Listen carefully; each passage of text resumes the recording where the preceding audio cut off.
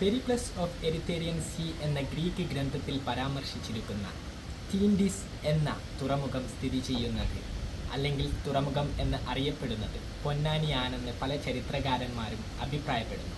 അതെ, ഞങ്ങളിപ്പോൾ ഉള്ളത് പൊന്നാനിയിലാണ്. ഒരു പഴമയുടെ കാഴ്ച.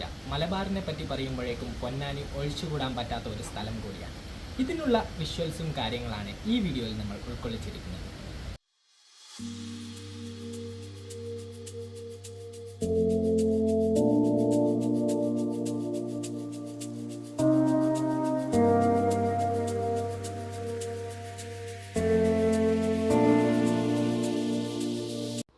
മലബാറിൻ്റെ ചരിത്രം തേടിയുള്ള ഈ യാത്രയിൽ പൊന്നാനി ഒരു ഒഴിച്ചുകൂടാൻ പറ്റാത്ത ഒരു സ്ഥലമാണ്.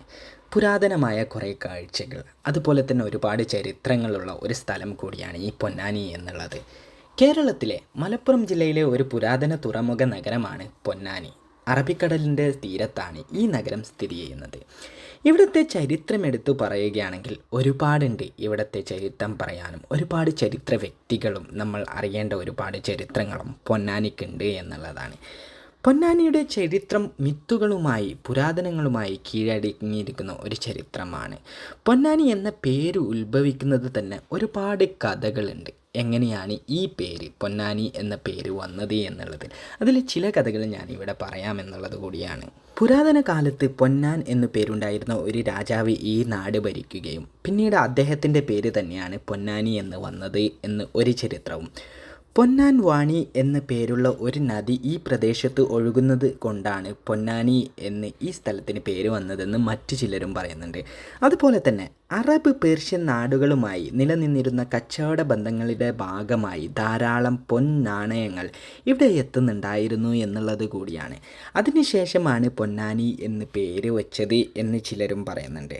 അതൊന്നുമല്ല, അഴുവഞ്ചേരി തമ്പ്രാക്കളുടെ ഭരണകാലത്ത് പൊന്നുകൊണ്ടുള്ള ആനകളെ ക്ഷേത്രത്തിൽ സമർപ്പിക്കുന്നു എന്നുള്ളത് കൊണ്ടാണ് പിന്നീട് പൊന്നാനി എന്ന് പേര് വന്നത് എന്നും ചിലർ പറയുന്നുണ്ട്.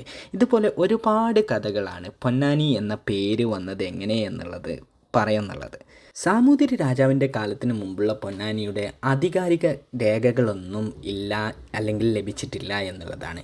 സാമൂതിരി രാജാവിന് മുമ്പ് പൊന്നാനി തിരുമശ്ശേരി രാജാക്കന്മാരുടെ കീഴിലായിരുന്നു എന്ന് കരുതപ്പെടുന്നു. സാമൂതിരി രാജാവിൻ്റെ ഭരണകാലം പൊന്നാനിയുടെ സുവർണകാലമായി വിശേഷിപ്പിക്കുന്നുണ്ട്. സാമൂതിരിമാർ പൊന്നാനിയെ അവരുടെ രണ്ടാം തലസ്ഥാനമായി പരിഗണിച്ചു. വാസ്കോട്ട് ഗാമ കോഴിക്കോടിനടുത്തുള്ള കാപ്പാട് കപ്പലിറങ്ങുമ്പോൾ അന്ന് സാമൂതിരി രാജാവ് പൊന്നാനിയിലായിരുന്നു. സാമൂതിരിയുടെ നാവിക പടയോട്ടത്തിനും പോർച്ചുഗീസുകാരുടെ പേടി സ്വപ്നവുമായിരുന്നു കുഞ്ഞാലിമരക്കാരും പൊന്നാനിയുമായി അടുത്ത് ബന്ധമുണ്ടായിരുന്നു എന്നുള്ളത് കൂടിയാണ്. കുഞ്ഞാലിമരക്കാരും കുടുംബവും പൊന്നാനിയിൽ കുറച്ചു കാലം താമസിച്ചിരുന്നു. 1507 പോർച്ചുഗീസ് നാവിക പടയോട്ടമായിരുന്ന ഡി ആൽമണ്ടോ ഈ നഗരം കരിച്ചതോട് തുടർന്ന് കുഞ്ഞാലിമരക്കാർ ഇവിടെ നിന്ന് താമസം മാറുകയും ചെയ്തു. പിന്നീട് ഒരുപാട് കാര്യങ്ങൾ, പുരാതനമായ പള്ളികൾ, അതുപോലെ തന്നെ പുരാതനമായ ഒരുപാട് കാര്യങ്ങൾ നമുക്ക് പൊന്നാനിയിൽ ചെന്നെത്തിയാൽ കാണാനുണ്ട് എന്നുള്ളതാണ്. ഇതൊന്നുമല്ല, പൊന്നാനിയുടെ ചരിത്രം നമ്മൾ ഒരുപാട് കേൾക്കാനും അറിയാനും ഉള്ളതുണ്ട് എന്നുള്ളതാണ്. ഒരുപാട് കാലത്തെ പഴമയുള്ള ഒരു ചരിത്രം കൂടിയാണ് പൊന്നാനിയുടെ. നമ്മൾ പലപ്പോഴും ഇതൊക്കെ നമ്മൾ മനസ്സിലാക്കാതെ പോകുന്നു എന്നുള്ളത് കൂടിയാണ്. പിന്നീട് ടിപ്പു സുൽത്താൻ്റെ പടയോട്ടത്തിനും കൂടി ഈ സാമൂതിരി രാജാവിൻ്റെ യുഗം അവിടെ അന്ത്യം വെക്കുകയാണ്, അതായത് പൊന്നാനിയിൽ. പിന്നീട് ടിപ്പു സുൽത്താൻ്റെ ഒരു ചരിത്രം കൂടി പൊന്നാനിയിൽ ഉണ്ട് എന്നുള്ളതാണ്. പിന്നീടാണ് ഇത് മലബാർ ഏരിയയിലേക്കും പിന്നീട് മലപ്പുറം നിലവിൽ വന്നതോടുകൂടി ഇത് മലപ്പുറം ജില്ലയുടെ ഭാഗമാവുകയും ചെയ്തത് എന്നുള്ളതാണ്. ഇതൊക്കെയാണ് പൊന്നാനിയുടെ ചരിത്രം. പിന്നീട് സംസ്കാരവും സാഹിത്യവും ചിത്രകല, സ്വാതന്ത്ര്യ സമരം, ഇതൊക്കെ ഒരുപാട് ബന്ധപ്പെട്ടിരിക്കുന്ന ഒരു സ്ഥലം കൂടിയാണ് പൊന്നാനി എന്നുള്ളത്.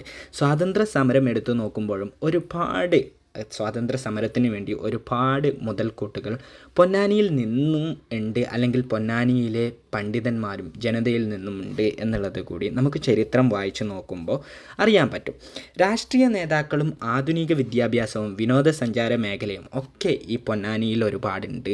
നമ്മൾ മറക്കാതെ കാണേണ്ടയും പഠിക്കേണ്ട ഒരു ചരിത്രം കൂടിയാണ് പൊന്നാനിയുടെ എന്നുള്ളത്. So we can see you on the next video. Up to then, bye bye, take care.